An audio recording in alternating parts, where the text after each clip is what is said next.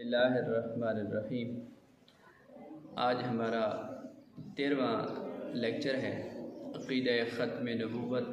صلی اللہ علیہ وآلہ وسلم صحابہ کرام علیہ رضوان کے اقوال و احوال سے۔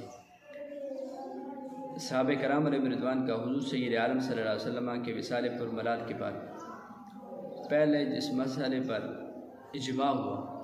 وہ عقیدہ ختم نبوت تھا۔ حضور تاجدار صداقت حضرت ابوبکر صدیق رضی اللہ تعالیٰ عنہ کے دور خلافت سے پہلے کی بات درج کروں۔ حضور سید عالم صلی اللہ علیہ وآلہ وسلم کے ظہری زمانہ میں اسود انسی نامی شخص یمن کا رہنے والا، اس نے جھوٹا جب نبوت کا دعویٰ کیا تو حضور سید عالم صلی اللہ علیہ وسلم کے ترغیب دلانے پر حضرت فیروز دہلوی رضی اللہ تعالیٰ عنہ صحابی رسول نے جا کر اس کے محل میں اسے کیفر کردار تک پہنچایا۔ حضرت ابوبکر صدیق رضی اللہ تعالیٰ عنہ کو دور خلافت آیا، مسلمہ کذاب کے خلاف اعلان جنگ کیا گیا تو اس جنگ میں 24,000 کا لشکر حضرت خالد بن ولید رضی اللہ تعالیٰ عنہ کی قیادت میں لشکر بھیجا گیا۔ اس جنگ میں 1200 صحابہ کرام علیہ رضوان شہید ہوئے، جن میں سے 700 حفاظ و قراء تھے۔ آپ اگر تاریخ پڑھ کر دیکھیں تو حضور سید عالم صلی اللہ علیہ وسلم کے زمانہ کے اندر جتنی بھی جنگیں ہوئیں دور نبوی صلی اللہ علیہ وسلم میں، ان میں اتنی تعداد نہیں بنتی، وہ 320 سے بھی کم ہے، لیکن ختم نبوت پہ پہرا دینے کے لیے صحابہ کرام علیہ رضوان نے اس قدر جرت کا مظاہرہ کیا، اس قدر اس مسئلے کو حساس جانا کہ 1200 قیمتی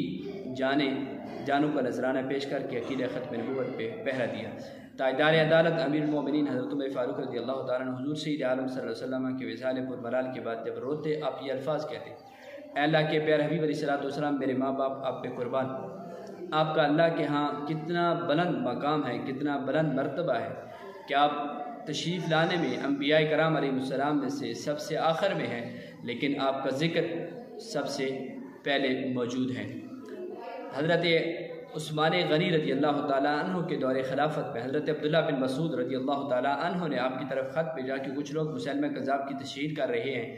تو آپ نے جواباً ارشاد فرمایا کہ انہیں روکا جائے، اسلام کی دعوت دی جائے، اگر اسلام قبول کریں تو ٹھیک ہے، وگرنہ انہیں قتل کیا جائے۔ پھر جن لوگوں نے اسلام کی دعوت کو قبول کیا انہیں چھوڑ دیا گیا، اور جنہوں نے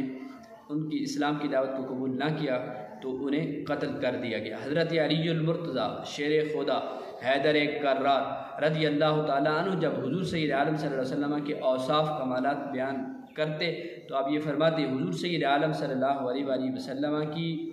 پشت میں دونوں کندھوں کے درمیان مہر نبوت تھی، اور حضور سید عالم صلی اللہ علیہ وآلہ وسلم آخری نبی تھے۔ فتاوی عالمگیری میں تصریح کی گئی ہے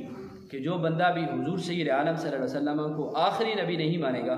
وہ مسلمان نہیں ہوگا۔ عقیدہ ختم نبوت کی حساسیت کو سمجھ کر اپنے معاملات کو سدھارنا چاہیے۔